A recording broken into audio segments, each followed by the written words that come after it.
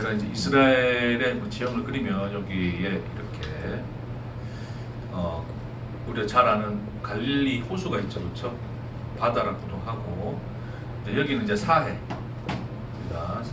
여기가 요단강이 되겠죠. 요단강이고, 요 지역이 이 지역은 이제 갈릴리 호수를 위시해서 여기에 어떤 이 정도의 어떤 지역을 우리가 이제 갈릴리라고 그래요. 갈릴리 안에 또 여러 도시들이 있죠. 대표적인 게 여기가 나사렛, 여기쯤이 가버나움. 네, 이렇게 되어 있습니다. 자, 예수님이 태어나신 곳은 이제 예루살렘 지역이었죠, 그렇죠? 예루살렘 그 옆에 베들레헴에서 태어나시고 결국 이제 애굽으로 가셨다가 돌아서 이제 가게 되시죠, 그렇죠? 네, 어디로 가서 사십니까?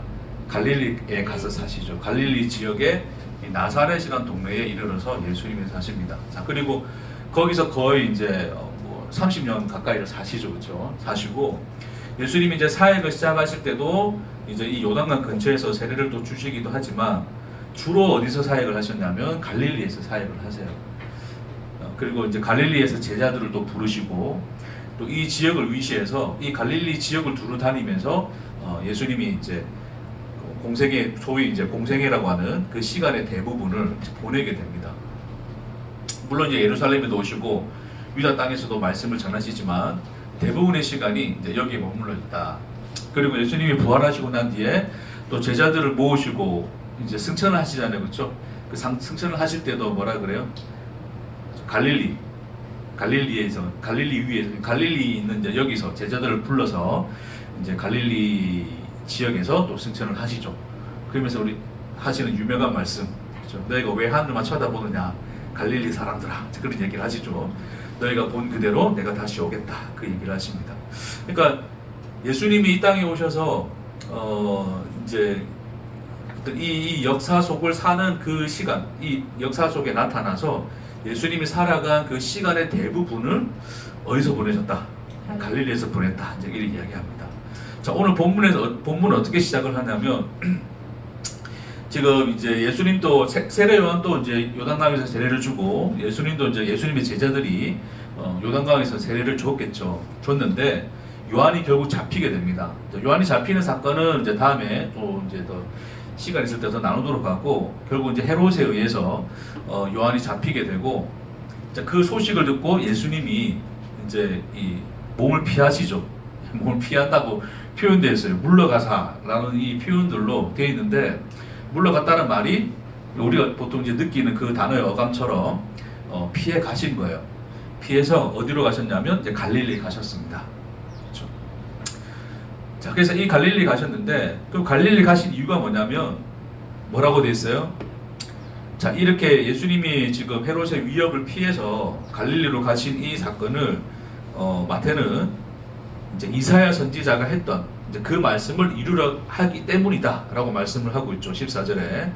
그래서 이사야서를 우리 한번 볼게요. 14절에 지금 마태복음이 나와 있는데, 자, 요 말씀을 본래 구절인 이사야로 넘어가 보겠습니다. 이사야 9장입니다. 이사야 9장. 이사야 9장 말씀을 잠시만 펼쳐볼게요. 네, 이사야 9장 1절, 2절, 우리 2절 말씀입니다. 이사야 9장 1절, 2절. 그러니까 지금 예수님이 스불론과 납달리 땅, 곧 갈릴리로 갔는데, 이제 그 갈릴리로 가신 것에 대해서 이사야가 이렇게 이야기를 하고 있어요. 우리 함께 읽겠습니다. 이사야서 9장 1절, 2절. 시작. 전에 고통받던 자들에게는 흑암이 없으리로다. 옛적에는 여호와께서 스불론 땅과 납달리 땅이 멸시를 당하게 하셨더니 후에는 해변길과 요단 저쪽 이방의 갈릴리를 영화롭게 하셨느니라. 흑암에 행하던 백성이 큰 빛을 보고 사망의 그늘의 땅에 거주하던 자에게 빛이 비치도다. 아멘. 자, 그 마태복음에도 이제 갈릴리를 표현할 때 이방의 갈릴리라고 이야기를 해요. 그렇죠? 자, 그리고 이 이사야 9장에도 이 이방의 갈릴리라고 표현되어 있습니다. 그래서 이 히브리어로 보면 이제 이사야서에서 나오는 이방의 갈릴리는 일반 명사예요. 일반 명사인데 이제 신약에 오면서 이제 좀 고유 명사가 되었다 이렇게 생각하시면 돼요. 그 지역을 정확하게 지칭하는 고유 명사가 되었다. 자, 어쨌든 중요한 것은 이사야든 지금 예수님의 시대든 사람들의 인식 속에는 갈릴리를 뭐로 인식을 하고 있어요? 이게 뭐로 인식하고 있습니까? 이 땅을 이방으로 인식을 하는 거예요. 이방 땅이다. 그렇죠? 근데 갈릴리는 지금 우리 보면 알겠지만 이게 스불론과 납달리. 여러분 스불론 납달리가 누구예요? 스불론과 납달리? 처음 들어보십니까? 이스라엘 12지파, 야곱의 아들들 있잖아요. 그렇죠? 그래서 이스라엘 12지파가 땅을 분배받을 때 이제 야곱의 이제 아들이었던 스불론과 납달리 그 지파가 이렇게 그 분배받은 땅이에요, 여기가. 그러니까 이것도 하나의 약속의 땅입니까, 아닙니까? 하나님이 주시겠다고 했던 약속의 땅이거든요. 그렇죠? 근데 그 약속의 땅, 하나님의 백성이 사는 그 땅을 지금 뭐라고 표현을 하고 있어요? 이방이라고 이야기를 하고 있어요. 이방의 땅, 이방의 갈릴리야 이렇게 표현하는 거예요. 그럼 왜 이방의 갈릴리였을까? 그에 대한 배경을 잠시 설명해 드리면, 자, 이 지역이 우리 그 이스라엘 자체가 이쪽 위에 보면 굉장히 큰 제국도, 이쪽에도 제국이 있고 큰 제국들이 있어요. 여기도 애굽의 큰 제국이 있죠, 그렇죠? 제국과 제국들은 서로 뭐를 자주 합니까? 전쟁을 자주 해요. 그러면 애굽이 아수르하고 전쟁할 때, 아수르가 또 애굽하고 전쟁할 때 어디로 통과해야 되겠습니까? 일본이 중국하고 싸우려면 어디로 들어와야 돼요? 우리나라. 그렇죠. 우리나라가 이제 한일 합방해가지고 우리가 어쨌든 이 일본 일제에 이제 그 노예가 되잖아요, 그렇죠? 그런 과정이 결국 이 중국과의 전쟁을 그 빌미로 해서 우리 땅에 들어와서 이제 결국 이제 우리 땅을 먹게 되는 건데, 그런 것처럼 이 제국들도 애굽에 가기 위해서, 애굽도 또한 제국들과 전쟁을 하기 위해서 항상 통과해야 되는 길이 있어요. 그 길이 어디입니까? 그 길에 놓여진 것이 이스라엘입니다. 이스라엘. 그러니까 이스라엘 자체가 풍파가 많을 수밖에 없어요. 그러니까 근데 하나님은 이제 그 땅을 무슨 땅으로 줬다고요? 약속의 땅으로 줬거든요. 기름진 땅이다. 그러니까 어떤 상징성을 가지고 있냐면, 제국들은 결국 인간이 세운 나라죠. 자기가 주인이 되어서 자기들이 세운 나라잖아요, 그렇죠? 인간들의 그 강국들, 그 힘의 전쟁 속에서 하나님은 이 땅, 아주 안정한 땅을 준 게 아니라 위태로운 땅을 주신 거예요. 그 약속의 땅을. 그러면서 뭐라 그래요? 너희는 나의 백성이다 그러거든요. 그러니까 너희는 누구의 힘, 너의 힘이 아니라, 인간의 힘이 아니라 누구의 힘에 의해서 다스려지는 나라다? 하나님에 의해서 다스려지는 나라다. 나만 믿어라. 이제 그런 얘기를 하나님이 하시는 거예요. 이스라엘의 그 지정학적 위치가 그런 의미를 담지하고 있습니다.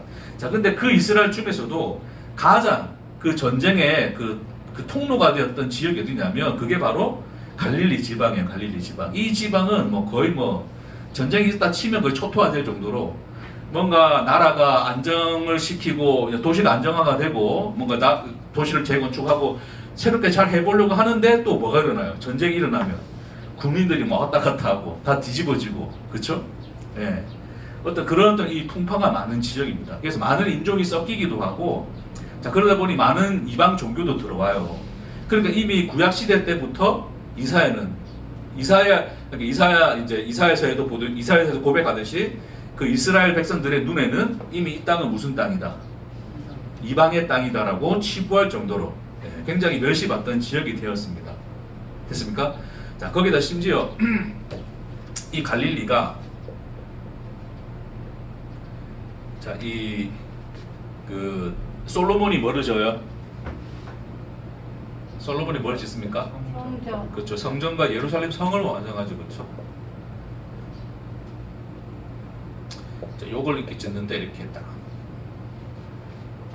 자, 이걸 쳐요. 근데 이걸 짓다 보면 제일 좋은 재료들을 짓잖아요. 제일 좋은 재료, 그 당시 제일 좋은 목재가 뭐였습니까? 백향목이죠. 백향목은 이스라엘에서 나요, 안 나요? 안 나요. 굉장히 해발 2000m 정도 되는 굉장히 높은 산에서만 자라는 거거든요. 해충에 강하고 굉장히 이 튼튼한 그 재료가 있어요. 그러니까 이거 어디서 나냐면 레바논이라고 하는 곳에서 나죠, 그렇죠? 레바논 맞나? 갑자기 나라이 기억 안 나네. 자, 어찌됐건 그 위에 아람, 이제 성경상에는 아람입니다. 그렇죠? 지금 에반드리를 하는지 모르겠지만 아람입니다. 그 아람에서 이제 그 목재를 가져오게 되죠. 그렇죠?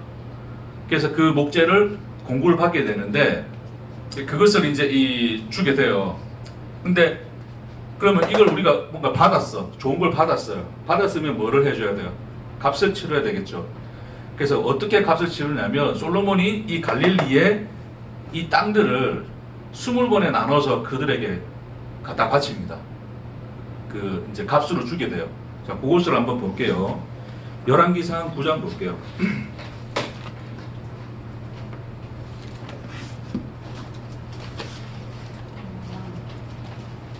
열왕기상 9장 9절이 아니고 열왕기상 9장입니다. 9장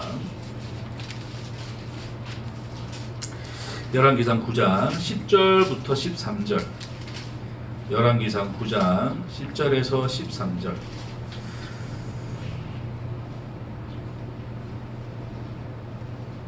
네, 우리 9장 10절에서 13절 눈으로 보시고 제가 읽을게요. 솔로몬이 두 집 곧 여호와의 성전과 그쵸? 뭐를? 왕궁을 예루살렘 왕궁을 20년 만에 건축하기를 마치고 자 11절에 갈릴리 땅의 성읍 20곳을 히람에게 주었더니 그쵸? 이는 두로왕 그 두로죠 그죠? 아람 말고 두로왕 히람이 솔로몬에게 그 온갖 소원대로 백향목과 잣나무와 금을 제공하였습니다. 됐습니까? 자, 그래서 히람에게 값으로 준 거예요. 뭐를, 어디를? 이 땅을. 근데 이 땅이 어떤 땅이냐면, 잘 보세요. 12절에. 히람이 두로에서 와서 솔로몬이 자기에게 준 성읍들을 보고 기분이 좋았다, 안 좋았다? 성경에 뭐라 되어 있어요? 눈에 들지 아니하여. 이르기를 내 형제여, 내게 준 이 성읍들이 이러한가 하고, 이름하여 가불 땅이라 하였더니 그 이름이 오늘까지 있느니라. 그래요. 그 땅 보고 뭐라는 거예요? 예? 왜 가불? 야, 이 땅 걸 나한테 주냐? 이런 이제 굉장히 어떤 이 원망 섞인 말을 하게 되죠. 그래서 가불이라고 하는 단어 자체가 이게 뭐 경계라는 뜻도 있지만 무가치하다. 그러니까 이 무가치한 땅을 왜 내게 줬느냐? 좀 불만 섞인 말을 이제 하게 돼요. 그러니까 솔로몬도 값으로 주긴 줘야 되는데 나름 머리를 쓴 거죠. 별로 가치 없어 보이는 땅을 대가로 주게 됩니다. 그렇죠? 그래서 결론적으로 이스라엘 민족 자체가 갈릴리를 팔아서 갈릴리를 팔죠. 그렇죠? 팔아서 뭐를 지은 거예요. 결국 성전과 예루살렘 성을 짓게 된 거예요. 그렇죠? 그 정도로 갈릴리는 거의 그 이스라엘 민족 안에서도 이방 취급을 받았던 그런 어떤 이 상황 속에 있었다라고 하는 겁니다. 그래서 이런 상황을 보고 뭐라 그래요? 이 갈릴리 백성을 이제 오늘 본문에서 보듯이 뭐라 그럽니까? 흑암에 앉은 백성이라 그러죠. 그러니까 갈릴리가 상징하는 것은 뭡니까, 여러분? 뭐예요? 어두움, 밝음. 어두움, 그죠? 뭐 흑암, 기쁨, 슬픔. 슬픔. 뭐 안 좋은 거 다 갖다 붙여봅시다. 아픔도 되겠고, 그렇죠? 또 무가치 썼어요, 얘가. 그러니까 우리가 무가치하다 여기는 우리가 이제 피하고 싶은 어떤 그런 것들이 여기 다 들어가 있겠죠, 그렇죠? 네, 뭐 고통, 뭐 고난, 뭐 기탄 등등, 뭐 절망 이런 어떤 이 이미지들이 무엇의 이미지였다?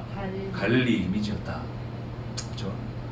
그러면 이 성전은 어떤 의미입니까, 여러분? 성전은 밝음. 그렇죠. 밝음의 의미겠죠. 그렇죠. 빛의 의미고. 가치. 예, 가치. 예, 그래서 이 무가치, 예, 가치. 인간이 그러니까 가치 있다 여기는 것을 얻기 위해서 이 무가치한 것을 팔아버린 상황이거든요. 그래서 결국 이 빛, 뭐 영광, 뭐 거룩, 뭐 기쁨, 뭐 기타 등등의 어떤 이런 어떤 이 상징을 가지고 있겠죠. 그렇죠. 그런 의미로서 이 성전을 짓게 되는 거죠. 그러니까 여기서 우리가 한 가지 보고자 하는 것은 뭐냐면 결국 이제 이 인간이 물론 우리는 다 가치 있는 것을 위해서 이제 뭐 무가치한 것을 신경 쓸 필요는 없죠. 자, 그러나 이것은 단순히 어떤 그런 어떤 이 가치와 무가치의 대결을 이야기하는 것이 아니라 인간이 이것을 가치 있게 여겼다는 거예요. 이것을 가치 있게 여김으로 말미암아서 이것을 무가치하게 봤던 어떤 인간의 어떤 속성에 대해서 지금 잠시 보고자 하는 겁니다. 자, 인간은 결국 하나님을 위해서 뭐를 지어요? 뭐를 지었다고요? 성전을 짓죠, 그렇죠? 그러니까 이스라엘에게 있어서 제일 중요한 가치는 뭡니까? 제일 중요한 가치. 이스라엘에 있어서 제일 중요한 가치는 뭐예요? 솔로몬이 왜 성전을 짓습니까? 지를 위해서 짓습니까? 누구를 위해서 짓습니까? 그렇죠, 하나님이죠, 하나님. 그렇죠. 그러니까 가장 가치 있다 여기는 하나님을 위해서 성전을 짓습니다. 근데 그 가치 있는 성전을 위해서 이 무가치하다 여겨지는 인간을 팔아버린 거죠, 그렇죠.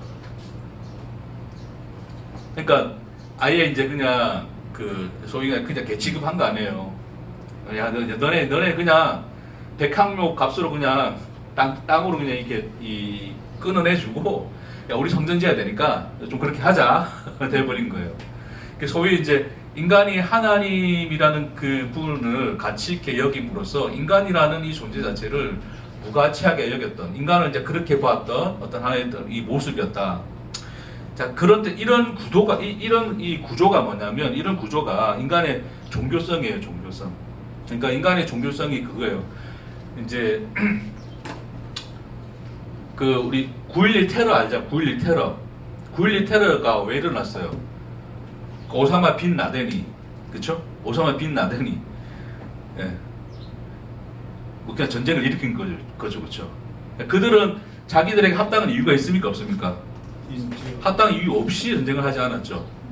그 오사마 빈 라덴이 뭐라 이야기를 하냐면, 내가 이 미국한테 지금 이렇게 한 것은 우리가 당한 것에 비하면 뭐 아무것도 아니다, 뭐 그런 얘기를 하거든요. 그러니까 뭐 미국의 경제적 제재라든지, 그다음에 미국 군대가 자기들이 성전이라 여기는 그 거룩한 땅에 들어와서 주둔해 있는 것 자체가 굉장히 기분 나쁜 거예요. 근데 이 오사마 빈 라덴은 뭐였다? 이슬람 중에서도 무슨 주의자였다? 근본주의자, 원리주의자라 그래요. 원리주의자였어요. 제가 최근에 많이 강조했던 원리. 뭐 당연히 뭐 시계도 원리로 작동하고 뭐 지구 중력도 원리대로 가는 건 맞아요. 뭐 그런 걸 원리를 잘못하는 건 아니고, 원리, 제가 이제 늘 말하는 원리주의자, 그런 것을 이제 어떤 질서와, 인간이 만들어 놓은 질서와 법칙들을 이 모든 인간들에게 적용시켜서 인간 자체를 무가치화 시키는 그 행위 자체가 원리주의거든요. 그러니까 인간을 기계처럼 대하는 것, 그게 원리주의자예요. 딴 게 아닙니다. 자, 그래서 그들에게 있어서는 가장 이제 그 중요한 게 이슬람의 신앙이었고 그 가치였죠. 그렇죠? 결국 그 가치를 위해서 미국에 그 이제 있는 그 수많은 사람들을 몇천 명 죽었죠. 거의 3천 명 이상이 죽었죠. 그렇죠? 그 사람의 그들의 죽음을 굉장히 가볍게 여기죠. 쉽게 여기죠. 그렇죠? 당연하다 여기는 거예요. 이해되겠습니까? 어떤 사람도 이러죠. 그 인간이라는 게 뭐 다 죄인이고 다 죽을 인간인데 그럴 죽을 수도 있지 않느냐. 그런 문제가 아니잖아요. 근데 그러니까 이 인간이 그런 원리주의, 어떤 신이라고 하는 그 가치를 위해서 인간의 어떤 이 인간 자체를 무가치한 존재로 여기는 인식 자체, 그 행위 자체가 그게 원리주의자들이 가지고 있는 근본적인 인식이에요. 그러니까 신의 인간의 부속품이고 피조물이니까 마음대로 할 수 있으니까, 그쵸? 어떻게 하든지 뭐 신이 죽이든 살리든 그 신 마음대로 하는 건데 잘못이 있습니까? 그러니까 우리가 신이라고 하는 존재를 인식할 때 신은 전능자죠. 하나님은 창조주죠. 우리는 신입니까? 신이 아니죠. 피조물이죠. 그것도 뭐로 만들어졌다고요? 흙으로 만들어졌다고요. 어찌 보면 진짜 무가치한 거잖아요. 그렇죠? 네? 그런 의미에서 본다면, 자, 그런 의미에서 본다면 하나님이 인간을 뭐 쉽게 죽이고 살리고 하는 거는 하나님 마음이니까 그렇게 해도 돼요, 안 돼요? 갑자기 대답을 못 하십니까? 그렇게 해도 되겠죠. 되겠죠, 그렇죠? 될 수도 있겠죠? 이렇게 표현할까? 좀 될 수도 있다.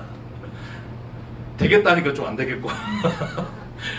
그러니까 우리가 신이란 존재에 대해서 우리 신에 대한 인식이 전능자와 그다음에 그 창조주, 우리는 피조물, 흙으로 지음받은 무가치함에서 생명을 얻은 존재, 이렇게 보면 이제 신을 마음대로 우리의 생명을 좌지우지할 수 있는 능력자로 보기 때문에 얼마든지 죽이고 살리고를 가능하게 할 수 있다. 그럴 수 있죠. 그게 틀린 말은 아니죠. 근데 그걸 원리적으로 가져가면 신이 얼마든지 인간을 쉽게 죽이고 살리는 걸 떠나서 쉽게 죽이는 이들에 대해서는 전혀 아무런 어떤 그런 어떤 이 반문이 안 생기는 거예요.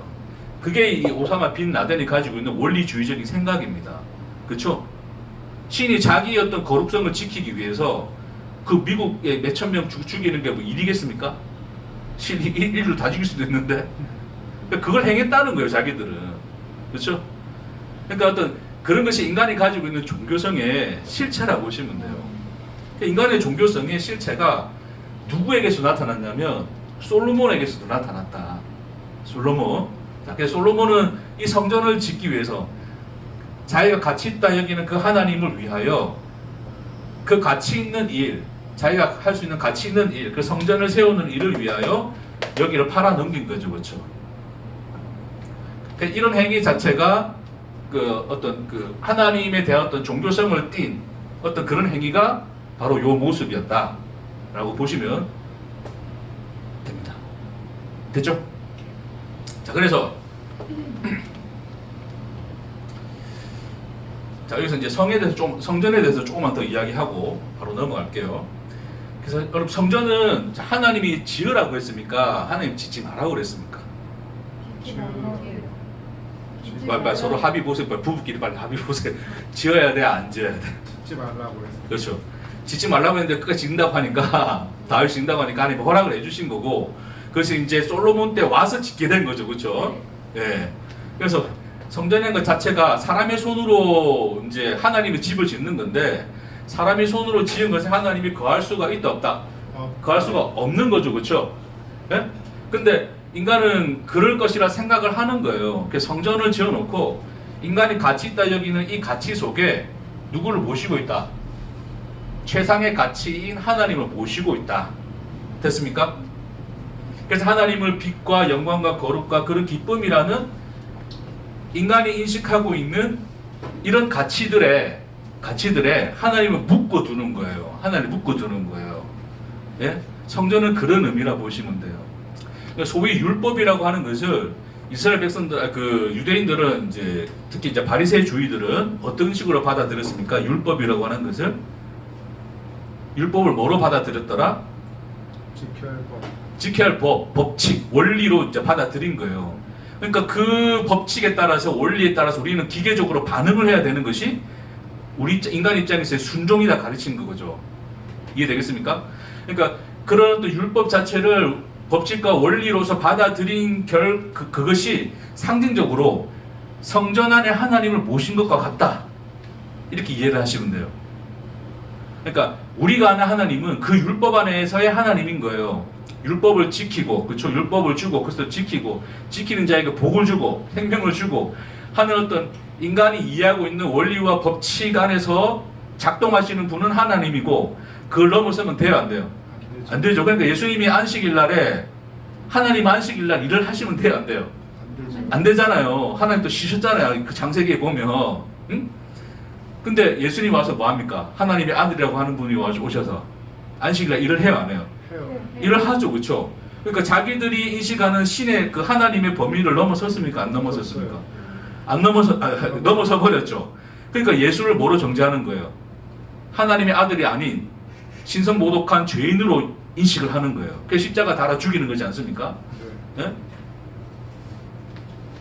그러니까 예수님이 성전, 그러니까 사람들, 제자들 또한 그 성전을 보고 와 진짜 영광스럽다, 정말 위대하다, 멋있다라고 자랑을 하죠, 그렇죠? 예수님 앞에 와 이런 아름다움을 보십시오라고 하는데 예수님이 뭐라 그래요? 허문다. 네, 허문다 그러는 거예요. 허문다. 결국 그러니까 예수님 허문다는 게 뭐예요? 당신.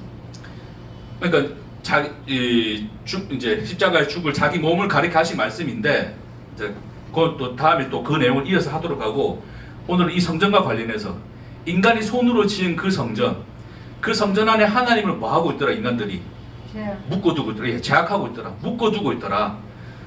그런데 하나님 뭐 하겠다고요? 그걸 다 무너뜨리고 나오겠다라고 이야기하시는 거죠. 너희가 묶어놓은 그 모든 결박을 내가 풀어낼 거야. 너희가 만들어 놓은 그 율법의 성전, 율법의 성을 내가 다 허물 거야 라고 하시는 말씀이 이 성전을 내가 허물겠다라는 뜻이라고 보시면 돼요. 이해되시겠습니까? 그러니까 인간들의 그 종교성 안에서 하나님을 성전이라는 것에 묶어둔 거예요. 근데 인간들은 묶어둔 인식을 못하는 거죠. 왜요? 그 성전이 가지고 있는 상징성이 뭐예요? 빛과 거룩과 뭐 영광과 기쁨과 그 어떤 모든 우리가 알고 있는 좋은 단어들을 다 거기 들어있는 거잖아요. 그렇죠? 여러분 시끄러운 시장떼기가 시장통 안에 막 갔어요. 시장통 안에 갔어요. 시끄럽잖아요. 그렇죠?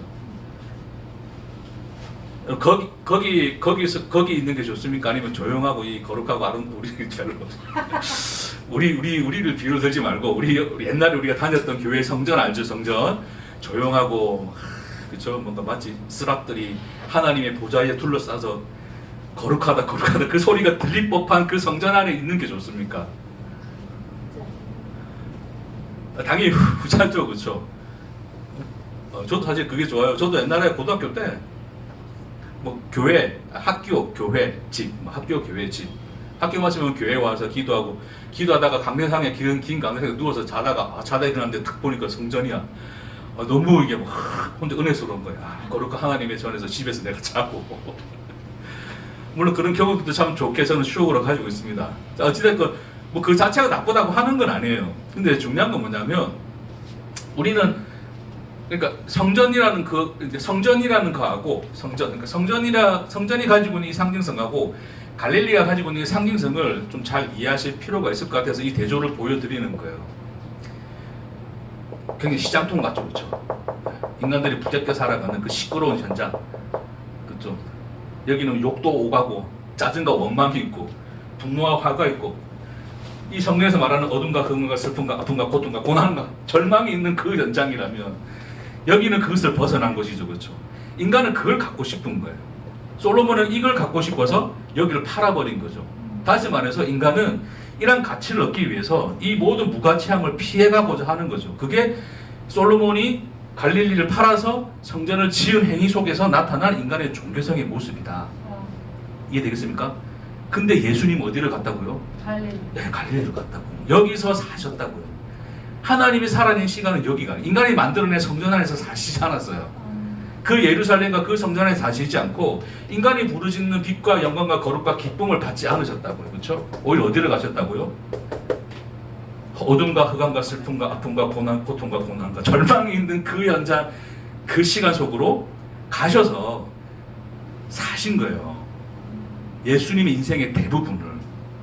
그게 하나님이 이 세상이라는 세상이 사실은 우리가 하늘과 땅이라 그랬을 때 이 땅 자체가 갈릴리가 되는 거죠. 그렇죠? 그 갈릴리에 오셔서 이 세상에 오셔서 인간의 현실인 이 흑암의 현실 속에 그 무가치함의 현실 속에 하나님이 나타나셔서 그 시간을 살아내셨더라. 그게 예수였다를 오늘 본문에서 우리에게 이야기해 주고 계신 거죠.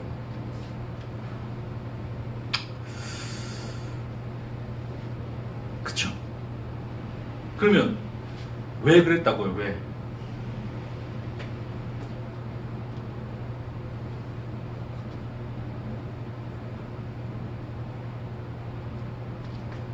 자, 여기에 봅시다. 여기 우리가 가치 있다 여기는 이 모든 가치들은 자, 이 그림 안에서 우리가 보듯이 이것을 피하여 얻어낸 것들이잖아요.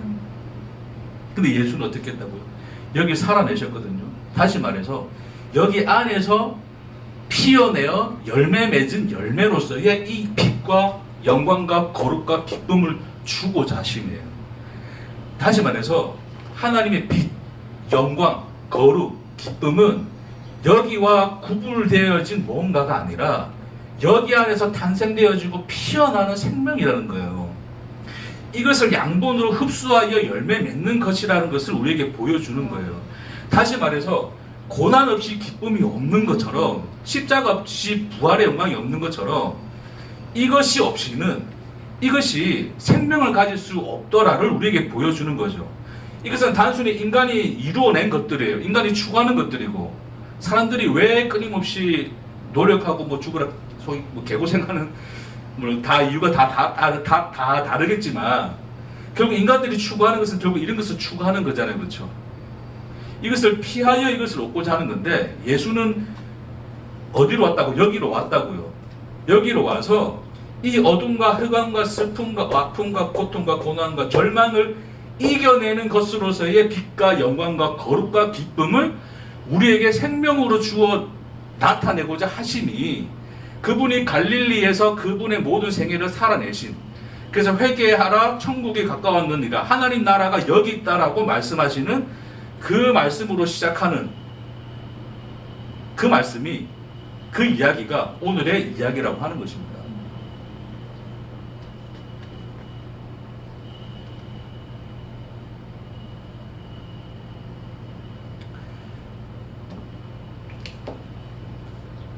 열심히 시계 잘 보고 있습니다. 예, 그래서 네, 거의 다 했어요 이제. 다 했는데 마지막 세 번째 한 가지만 더 봅시다. 그래서 제가 이제 지난주에도 뭐 좀 강하게 말씀을 드렸고 뭐 계속 그런 또 이야기, 성육신에 대한 이야기, 하나님이 우리와 함께 하신다, 임마누엘. 우리는 이걸 너무 좀 피상적으로 알고 있는 것 같아서 계속 제가 말씀으로 계속 좀 나누고자 하는 이유가 우리의 종교성도 우리도 마찬가지로 그런 종교성을 늘 띠고 있기 때문에 좀 그것을 볼 필요가 있겠다. 우리 소위 진리라는 이름이 그렇죠. 진리, 뭐 복음 이래 불러요. 진리, 복음, 오히려 뭘 하고 있는가? 어쩌면 이런 무가치하다 여겨지는 우리 인간의 일상, 우리가 삶이라 부르는 하나님 인간에 주신 인생, 그 삶이라 부르는 일상을 무가치한 것으로 여기고 이 진리와 복음을 선택을 하죠. 그러니까 이 진리와 복음으로서 성전을 짓기 위하여 이런 이 일상이라는 삶의 가치를 벗어나고자 하는 그런 상태에 놓여져 있다면 솔로몬이 했던 그 종교성의 행위하고 크게 다를 바가 없다. 이게 어떤 말이냐면 우리는 진리와 복음을 어떤 하나의 명제로 기억합니다. 자, 이 명제라는 말을 좀 잠시만 설명할게요. 명제는 딴 게 아닙니다. 그냥 문장이에요. 문장. 진리로 표명되어지는 문장. 예를 들어서 삼각형의 내각의 합은 몇 도다? 180. 할렐루야. 이게 하나의 명제예요. 그렇죠? 예. 그게 어떤 진리를 지칭하는 문장이거든요. 그러니까 예를 들어서 이런 거죠. 뭐라 할까요? 우리가 예수 믿고 거듭나면 우리는 항상 기쁘고 즐겁고 행복하다 라는 것으로서의 명제를 우리가 가져버리면 그럼 거듭난 자들은 다 뭐 해야 돼요? 항상 기쁘고 즐겁고 행복해야 되죠. 이 자리 있으면 되면 안 됩니까? 안 됩니까? 안 되죠. 그렇죠? 이걸 내쳐버리죠. 여기 피하고 싶죠. 그렇죠? 그래서 늘 거기 안에 머물고 싶어 하는 거예요. 네? 근데 그렇게 하다 보면 그것이 하나의 인간이 만들어 놓은 성전, 그 명제 안에서 하나님은 제한적이 되어버리는 거예요. 그 말이 무슨 뜻이냐면 우리는 이것을 그 문장을 우리가 제가 자꾸 원리라고 하는 이유가 뭐냐면 이것을 가지고 어떻게 하냐면 우리는 모든 사람에게 적용을 시키죠. 자, 예를 들어서 거듭난 사람은 항상 행복하다. 행복하다 좀 표현은 그렇고 거듭난 사람은 완전히 변한 사람이다. 이전과 완전히 다른 사람이다. 예를 들어서 자, 그렇게 우리가 이야기를 했다 칩시다. 그렇죠? 자, 그러면 우리 이 집사님은 거듭났습니까? 안 거듭났습니까? 안 거듭났어요. 저는 이제 교회에서 보니까 잘 모르겠고 집에서 보는 여러분 더 잘 볼 거 아니에요. 그렇죠? 이 인간 거듭났나요? 안 났나요? 집사님 대답해 보세요. 네? 눈빛으로 알았어요. 왜? 저만 알아듣겠습니다. 재밌네요. 그렇죠? 집사님 보는데 집사님 집안에 소위 우리 집안에 거듭난 사람 있습니까? 없네요. 그러니까 원리라고 하는 것은 항상이라는 것을 전제를 하고 있어요. 근데 잘 기억하셔야 돼요. 항상이라는 단어를 붙일 수 있는 분은 하나님 자신밖에 없어요. 신실하시다. 변함이 없으시다. 그 말을 붙일 수 있는 분은 하나님 자신밖에 없어요. 그렇죠? 그러니까 인간이 가진 속성 안에서 항상이라는 말을 붙이는 것 자체가 그게 스스로 하나님 되고자 하는 속성입니다. 그러니까 그게 원리를 붙드는 자들의 이야기죠, 그렇죠? 그러니까 원리주의자들은 뭐예요? 아까 빈라덴처럼 항상 뭐 해야 되는 거예요. 그러니까 인간의 죽음 따위는 아무것도 의미가 없어요. 중요한 게 아니에요, 자기들은. 그 원리가 작동되는 게 중요한 거니까. 무슨 말인지 알겠습니까? 그러니까 성령으로 거듭난 사람 입에서 원망이 나오면 돼요, 안 돼요? 안 되는 거예요. 그걸 나오는 순간 이제 자 성령 다시 받아야 되겠어. 우리는 그러잖아요. 그럴 수 없다고요. 그래 말하고 있는 지 자신이 이미 남을 정죄하고 있잖아요, 지금. 그러니까 우리가 그래서 우리는 어떤 기존의 어떤 이 신앙관에서 좀 벗어나서 새로운 진리라는 것을 들었어요.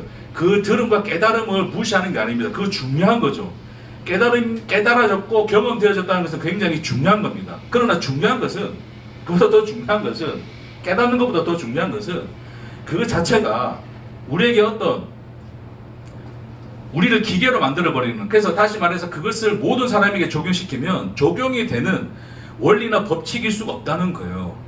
자, 그건 나중에 결론에서 다시 한 번 더 이야기하고 다루도록 하겠습니다. 나누기 마무리할게요. 근데 우리는 그걸 만드는 거예요, 사람들이. 근데 저도 이제 유튜브를 보고 여러 목사님의 설교도 들어보고 하다 보면 저도 마찬가지예요. 저도 이전에 뭐 그런 속성이 없었다고 말할 수는 없습니다. 그래서 저도 노파심에 늘 얘기했던 게 절대 원리나 지식으로 받아들이지 마시라. 이것은 그냥 나의 나눔이고, 그렇죠? 그냥 뭐 설명이다 뭐 이 정도지. 그게 모든 상황이나 모든 사람에게 적용될 수 있는 건 아니에요. 이해되시겠어요? 자, 그래서 우리는 이런 것들을 가지고 소위 우리가 가치 있다 여기는 그 가치로서 하나의 성전을 만들어 버리죠. 자, 그렇게 함으로써 우리가 놓쳐버리는 게 뭐냐면 일상의 삶이라고 하는 거예요. 자, 이걸 우리가 잘 이해를 하셔야 될 게, 그러면 이제 앞으로 말씀 적용하면서 살아야 되는가? 그 이야기 하고자 하는 게 아닙니다. 하나님 그분이 어디에 계시는가를 이야기하는 거예요.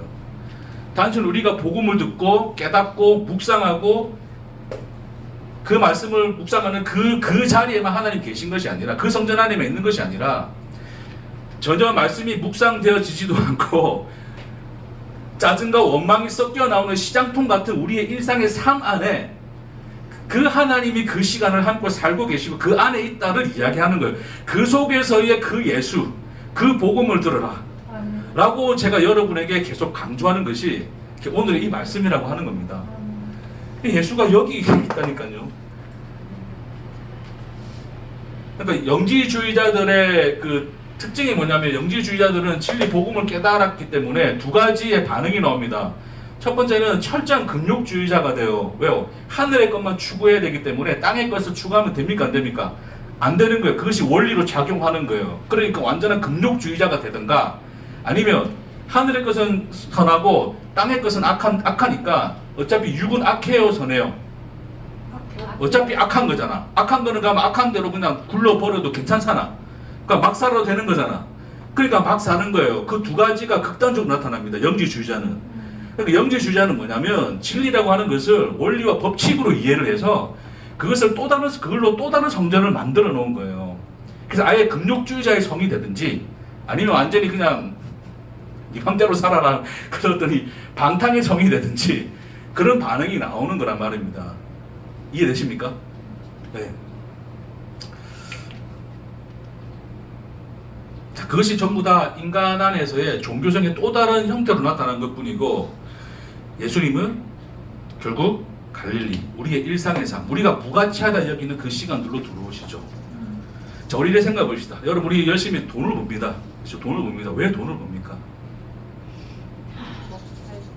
다음을 네? 먹고 살고 다음을 먹고 살고 또 노후도 준비해야 되고, 그렇죠. 또 자식 있는 사람들은 자식에게 이제 또 좋은 것을 주고 좋은 교육도 시키고, 그렇죠. 그러니까 그 결론적으로 가족을 싫어해서 사랑해서, 사랑이요. 정말 쉽죠. 자, 사랑해서 돈을 벌잖아요. 근데 이제 문제는 뭐냐면, 물론 더 많이 일을 해야 되는 상황도 있으니까 뭐 모든 걸 다 이야기할 수 없지만, 일반적으로 사람들이 이제 그런 가족을 사랑하는 마음으로 돈을 버는데, 근데 중요한 건 가족과 시간을 안 보내는 거예요. 결국 그 돈을 버는데 모든 시간을 쏟다 보니 가족과 정작 보내는 시간이 없습니다. 아이와 놀아준 추억이 없어요. 그쵸? 내가 내 자식을 위해서 죽으라 고생 일을 했고 더 나중에 더 좋은 대학, 더 좋은 어떤 곳에 가게 하기 위해서 열심히 일을 했는데 그러나 내 인생의 추억 속에는 아이와 함께 보낼 시간이 없네요. 아이는 아빠의 사랑을, 부모의 사랑을 느낄까요? 그러니까 우리의 모순성이 거기 있는 거예요. 얼마나 이해하십니까? 열심히 하나님을 알고 진리와 복음을 추구한다지만 우리는 일상에서의 하나님과는 전혀 상관이 없이 삽니다. 그러니까 일상 속에서도 주님의 말씀을 따라 순종해라 그 뜻이 아니란 거 이해하시죠? 여러분의 일상 안에 내가 무가치하다 여겼던 그래서 어쩌면 늘 날마다 피하고 싶었던 이 모든 이 단어들 속에 그분이 우리와 하나가 되어 함께 그 시간을 가고 계신 그분을 놓치고 있는 것은 아닌가를 보자는 것입니다. 그걸 볼 때 비로소 이 어둠과 흑암과 슬픔과 이 모든 우리가 무가치하다 여겼던 이 모든 것 안에서 피어나오는 비로소 거기서의 열매를 보는 거예요. 거기 안에서 솟구쳐 나오는 빛과 영광과 생명, 그 기쁨, 그걸 보라고 하는 거죠, 하나님이. 그게 우리의 믿음의 내용으로 채워져 가는 겁니다. 우리가 말씀을 공부하는 것도 중요해요. 중요하지 않다는 거 아닙니다. 뭐 앞으로 계속 공부할 거고, 제가 또 기회가 된다면, 기회가 언제 올지 모르겠지만, 기회가 된다면, 그렇죠? 매일의 묵상을 올린다든지, 그렇게 여러분들이 필요로 하다면 나눌 수도 있을 거예요. 그렇죠? 계속 그런 순간도 당연히 우리의 일상이기 때문에 중요한 거예요. 이해하시겠습니까? 그와 동시에 우리가 갈릴리로 여겼던 시장통 같은 우리의 인생조차도 사실은 그 속에서 예수는 살아 움직이시고 역사하시고 그 안에서 말씀하시고 다가오신다는 것을 기억하셨으면 좋겠습니다. 여러분의 삶이 말씀이에요. 일상이 말씀입니다. 기록되어진 이 이야기 말고 뭔가 목사님이 깨닫게 해준 그런 말씀 말고 일상에서 보여지는 한순간 지나가다 스치는 바람이 여러분 안에 말씀일 수 있고요. 메마른 땅에 쏟아지는 폭우가 말씀일 수도 있어요. 아침이 있을 맺힘, 그 영롱한 아침에 상큼한 공기가 여러분 안에 말씀이 될 수 있습니다. 하나님은 그렇게 우리와 함께 있다를 말씀하는 거예요.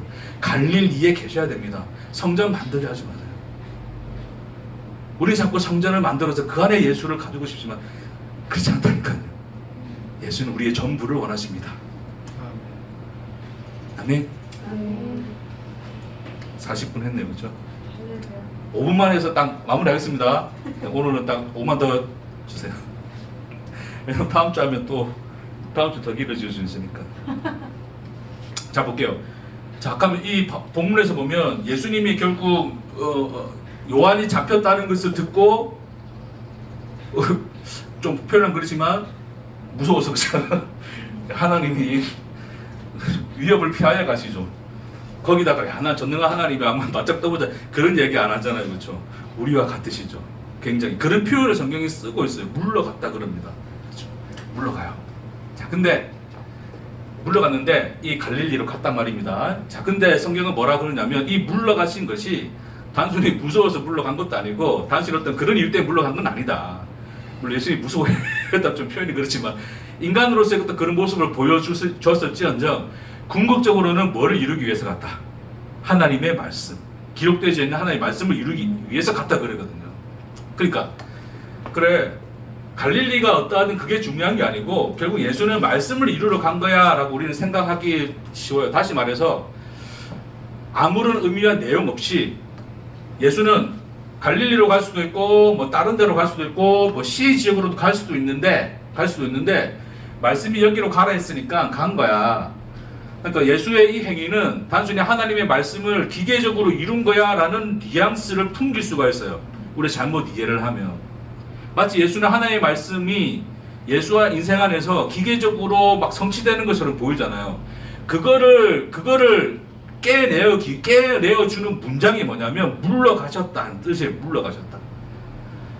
말씀이 잘 들으세요. 이것만 말씀이 예수 안에서 기계적으로 예수의 상황과 전혀 관계없이 기계적으로 이루어지고 성취되어지는 과정이 예수가 갈릴리로 간 거야 라고 성경은 말한다 안 말한다? 그래, 말하지 않는다. 예수는 말씀을 이루기 위해서 간 게 맞아요, 그렇죠? 근데 그 가는 과정을 뭐로 설명하셨다고요?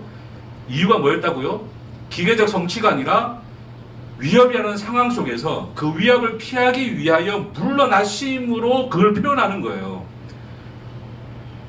그러니까 예수의 인간적인 그 반응이 하나님의 말씀의 역사와 뭐하고 있는 거예요? 하나가 되어 있죠, 이게. 무슨 말인지 이해하시겠습니까?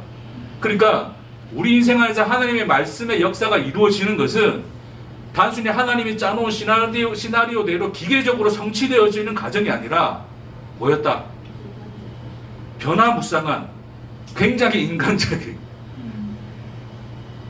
그러니까 굉장히 그러니까 기계가 아닌 생명으로서의 그 모든 반응과 움직임들이 우리 안에서 나타나는 거죠. 그렇기 때문에 우리에게는 뭐가 있다고요?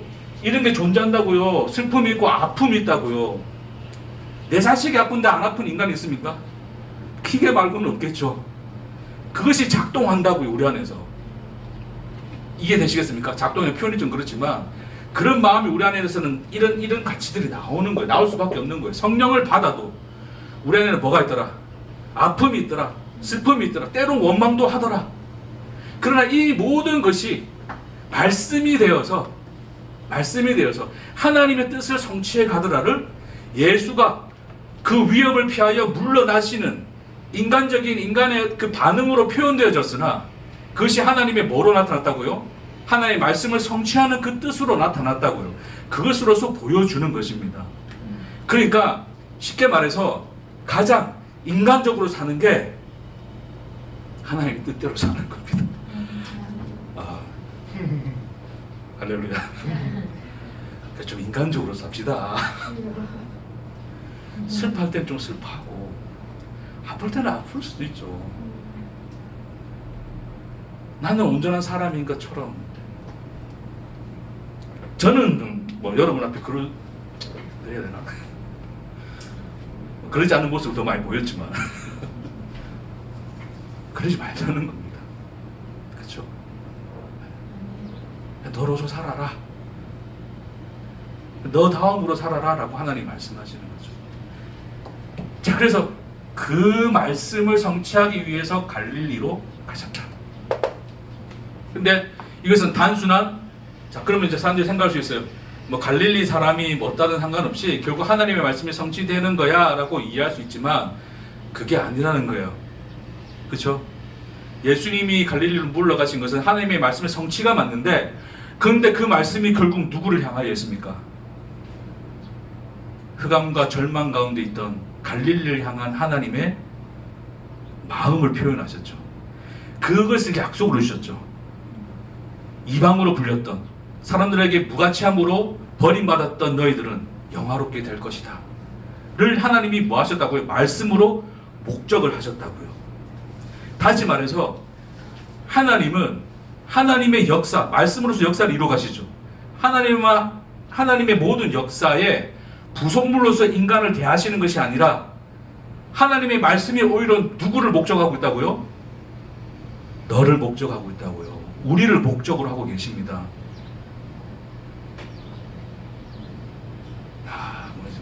인간이 뭐 또 최고의 지위에 오르는 거 아니니까 우리가 어떠한 영광스러움으로 지원받았는가를 기억하시라는 겁니다. 역사, 하나님의 모든 역사가 그 역사를 이뤄가기 위해서 요놈 쓰고 조놈 쓰고, 바울이 그렇게 표현하잖아요. 기 있을 것도 있고 전 있을 것도 있다. 근데 그 바울의 표현은 하나님이 역사의 부속물로 인간을 대하셨다는 뜻이 아니라 궁극적으로 그 모든 역사를 통해서 하나님이 우리에게 가르쳐 주신 것이 뭐였어요? 십자가 아니에요, 십자가. 근데 하나님이 십자가를 왜 집니까? 하나님 위해 집니까?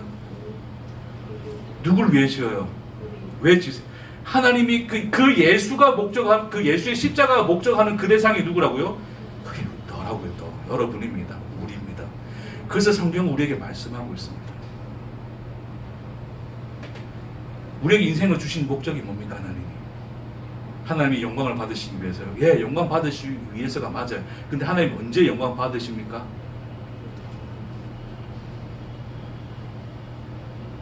무엇으로서 하나님은 영광을 받으십니까? 한 번도 못 받으시고. 네? 한 번도 못 받으시고. 내 인생 이래 구질구질 하니까 내가 하늘께 영광 돌릴 건덕지가 없는데.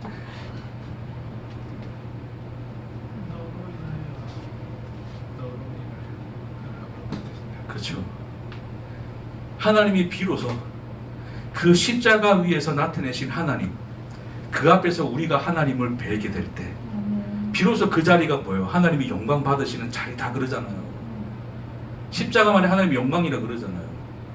너를 목적하여 부르신, 그래서 너를 찾아내시는 그 순간이 하나님에게 있어서는 가장 영광스러운 시간이시죠. 아멘. 그렇게 우리는 십자가 앞에서 그분을 만나게 되고 부르심을 받았고 우리에게 허락하신 시간과 인생을 살아가고 있습니다. 아멘. 그러니까 여러분이 성전을 지키보다 갈릴리스의 삶을 살아가시는 그 일상을 찾아오사 그 시간 속에 함께 살고 계신 그분을 만나시게 되는, 날마다 그분과 동행하게 되시는 저와 여러분 되기를 주의 이름으로 축복합니다. 네. 그래서 이 세상에 어떠한 위대한 설교보다, 어떠한 인간이 만들어 놓은 진리, 복음, 명제보다 여러분의 삶이 위대합니다.